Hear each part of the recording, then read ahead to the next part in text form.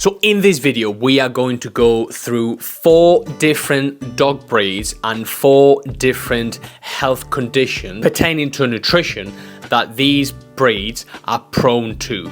And your dog doesn't have to fall into one of these breeds to suffer from these, so please stay tuned. The first one we are going to go over is the miniature Schnauzer and the Westie. And these 2 dogs are incredibly beautiful, and even though some of them, like Westies, can be very stubborn, they are prone to diabetes mellitus. And diabetes mellitus, if it goes untreated or if you don't keep an eye on it, it is very, very likely that your dog is going to have a miserable life, and you are going to have a very miserable life too.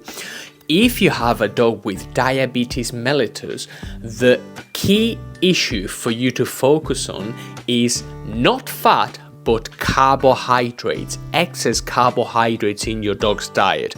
Remember that carbohydrates turn into fat. Carbohydrates fed in excess convert into triglycerides in the liver.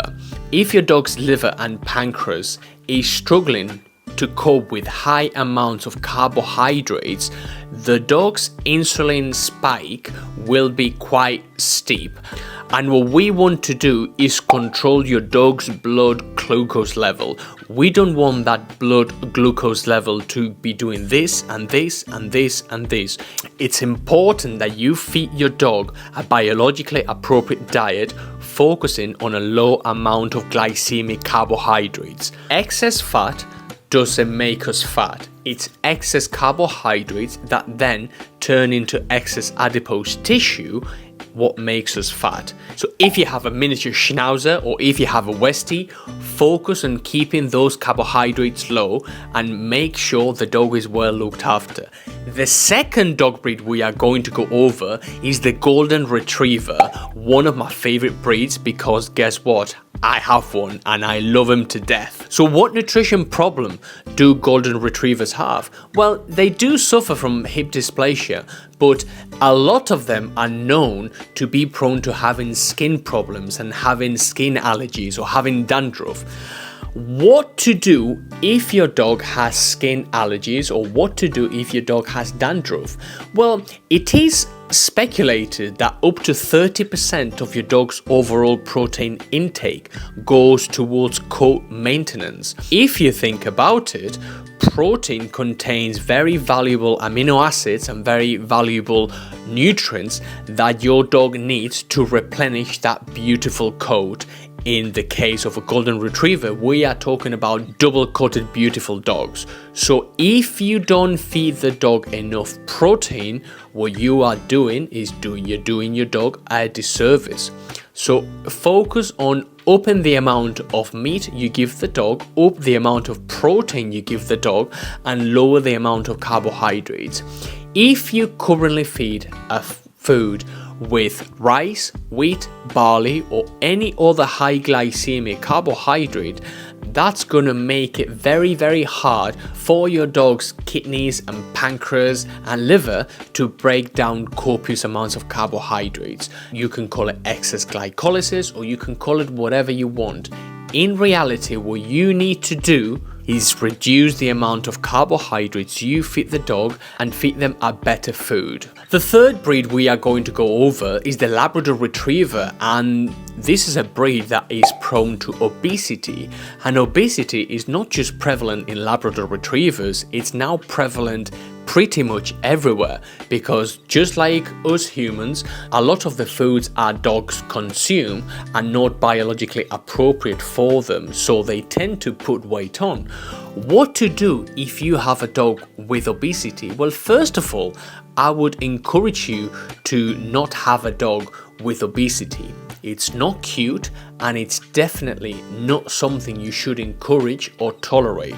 So I would start by reducing the amount of food you give your dog overall, and I would try to seek a better food. If you are feeding a food with 60% potato and only 20% meat, that's not a very appropriate food for your dog, because again, if you ate pasta, copious amounts of pasta 5 times a day, you would put weight on, not because of the fat, but because of the carbohydrates.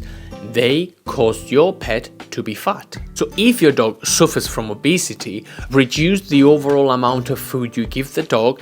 Be careful with diet labels from these manufacturers, because they will tell you all sorts of things about their food, but they will then put whatever they want in the food and it won't have any meaningful impact. So if you see ingredients on the back of the food that are not appropriate, just ditch that bag of food and buy something better.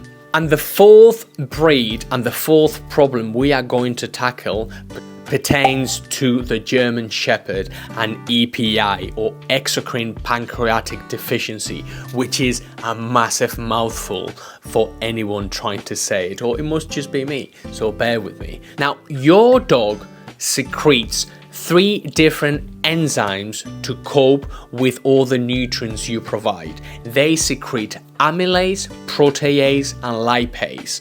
Amylase breaks down starches, protease breaks down protein, and lipase breaks down fats.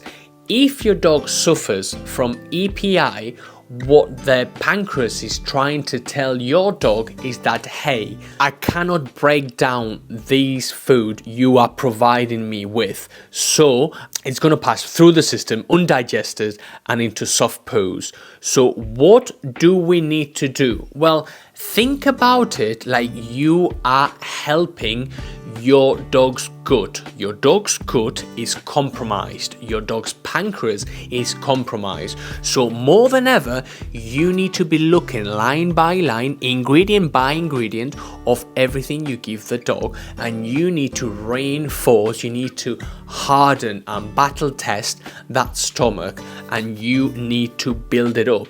At the end of the day, you are dealing with an immunodeficiency, and those need to be tackled in a very specific way. How? Probiotics, prebiotics, always natural if possible, please, and try to feed your dog, again, highly digestible proteins if you can and your dog can tolerate it. EPI can range from very, very mild and occasional to very severe, so anything I can tell you will be dependent on what the dog's stage is or what the dog's condition is.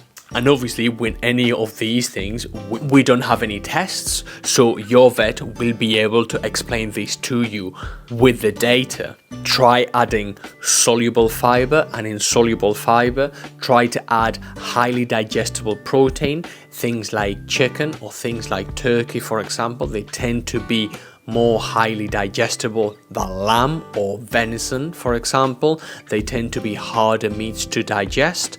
Also, salmon or whitefish tends to work okay as well. And try not to feed your dog high amounts of high glycemic inflammatory ingredients. This means, again, no wheat, no barley, no rice, no soy, because if your dog is having a hard time secreting amylase to break down starches, if you feed a dog with EPI, very high amounts of carbohydrates, your dog's pancreas is not going to secrete this amylase, which is the enzyme that breaks down starches, to cope with the high amounts of carbohydrates you feed the dog. In any case, if you want to find out a good food for your dog, you can click in the link below, because we only sell things that are good for your dog. We don't sell anything out of principle that's bad for dogs. So please click in the link below, and anything you buy from us is of excellent quality. We only work with a selected few brands of food. If you have any questions, please let us know, and I will see you in the next one.